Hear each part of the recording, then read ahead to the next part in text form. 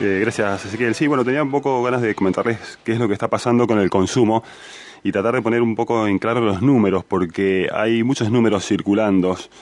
Entonces es muy difícil por ahí ver qué es lo que está pasando en realidad con este sector que es el consumo, que es un componente tan importante del Producto Bruto Interno de Argentina o de Mendoza. Recordemos que el consumo privado representa aproximadamente entre el 60 y el 70% del PBI.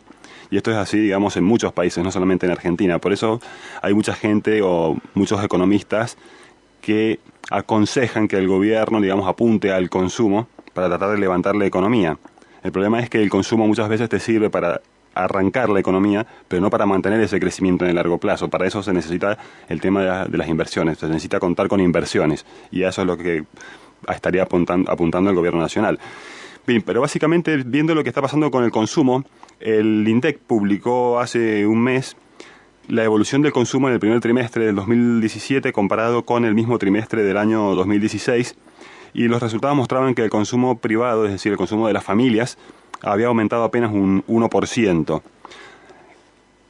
La versión o el informe correspondiente al segundo trimestre va a estar recién a mediados o finales de septiembre, por lo tanto no se puede saber hasta ese momento qué ha pasado con el consumo de las familias, pero el Ministerio de Hacienda tiene datos y ha salido a mostrarlos, y según este ministerio el consumo se habría recuperado un 4,8% en mayo y un 4,4% en junio, es decir, que habría mantenido esa tendencia al alza, ¿no? Bien. El Ministerio de Hacienda monitorea la evolución del consumo con distintos indicadores, básicamente con 7 indicadores.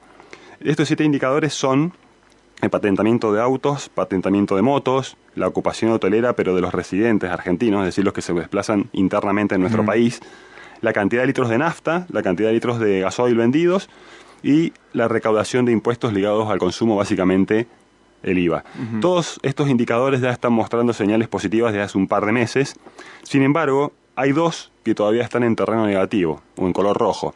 Y estos dos indicadores son básicamente las ventas en supermercados y las ventas del comercio minorista. El INDEC, si bien publica, digamos, trimestralmente lo que está pasando con el consumo de las familias, tiene una encuesta mensual que monitorea el seguimiento de las ventas en los supermercados. Según esta encuesta de los supermercados, en términos reales o en monedas constantes, las ventas en supermercados vienen cayendo. Cayeron 1% en abril, 2,5% en mayo y la última 1,2% en junio, que lo publicó ayer. ¿Qué quiere decir que las ventas en términos reales o a precios constantes han caído en los últimos 3 meses, si comparamos los mismos meses de los 2016-2017? Es decir, que si bien los supermercados en volumen, en cantidad de dinero, vendieron más, la inflación en ese periodo fue más alta. Por lo tanto, en términos reales cayeron las ventas. Para poner un ejemplo, si en junio del año pasado vendieron por 100.000 pesos y en junio del 2017 vendieron por 115.000, ahí tenemos un aumento de las ventas del 15%, es decir, en volumen de dinero vendieron más. Pero en este periodo la inflación fue del 20%, por lo tanto no alcanzó a recuperar el poder adquisitivo que tenían el mes anterior, del año anterior, perdón. Entonces, si uno va ya al comercio minorista, ¿qué está pasando? No solamente con las ventas de supermercados, sino el otro indicador, el comercio minorista, el pequeño comercio. Hay números de la Confederación Argentina de la Mediana Empresa que muestran que el comercio minorista tiene 19 meses de caída, es decir, que está en terreno negativo hace 19 meses. ¿Qué pasa en Mendoza? En Mendoza estos datos los mide la Federación Económica de Mendoza, la FEM, y sucede algo exactamente similar. Vienen 19 meses de caída. Ahora, si uno mira en el tiempo, digamos, qué está pasando con las ventas minoristas, tanto a nivel nacional como a nivel provincial, es como si uno se imaginara una U, ¿sí? Las ventas minoristas, a medida que iban pasando los meses de enero del 2016 hasta julio del 2017, las ventas han ido cayendo, tocaron un piso, y a partir de agosto, julio, del año pasado empezaron a subir. Y siguen subiendo, es decir, si uno compara qué ha pasado con los meses anteriores, las ventas van subiendo, pero si los comparamos con los mismos meses del año anterior, siguen en terreno negativo. Es decir, como cuando uno se tira de cabeza a la pileta, y te tiras de cabeza, llegas al fondo y empezás a subir. Bueno, hoy las ventas minoristas y las ventas en el supermercado están ahí. Ya pasaste el fondo de la pileta, te estás acercando a la superficie y estás cada vez más cerca de sacar la cabeza fuera del agua, ¿no? Eso es lo que está pasando hoy con el comercio minorista, tanto provincial como nacional. Ya a esto se le suma, digamos, un problema adicional en las provincias de frontera, como en el caso de Mendoza. En las provincias de frontera el consumo minorista ha caído un poco más. Si uno ve qué pasó a nivel nacional, las ventas el año pasado cayeron un 7% a nivel nacional, en Mendoza cayeron un 7%.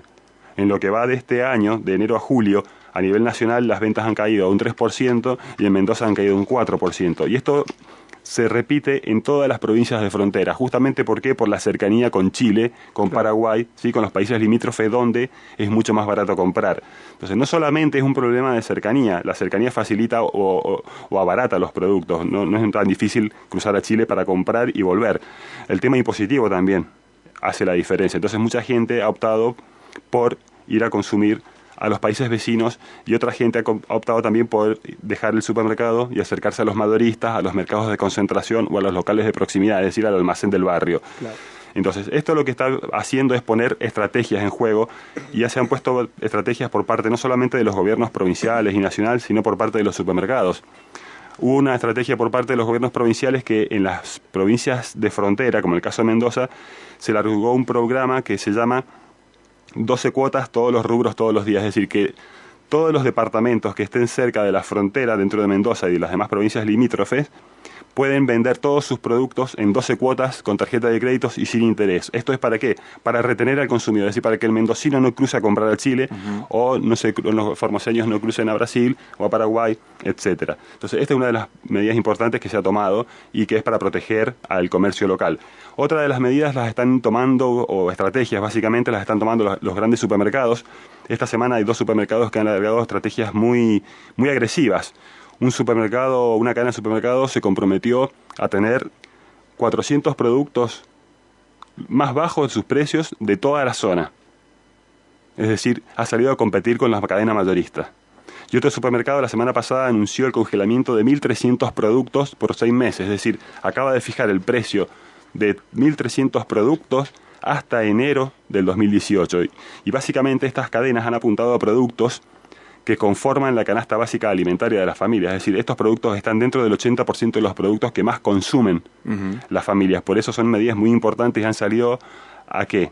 Han salido básicamente a tratar de recuperar al consumidor. El consumidor cambió su hábito de consumo y, como hemos dicho, se ha desplazado a los mayoristas o los almacenes o a los mercados de concentración. Entonces los supermercados están saliendo a dar batalla en este sentido para tratar de volver a cambiar la conducta del consumidor y tratar de volver a atraer a esos consumidores, ¿no? Ahora, el tema es que hay que ver si estas medidas son suficientes. ¿Por qué?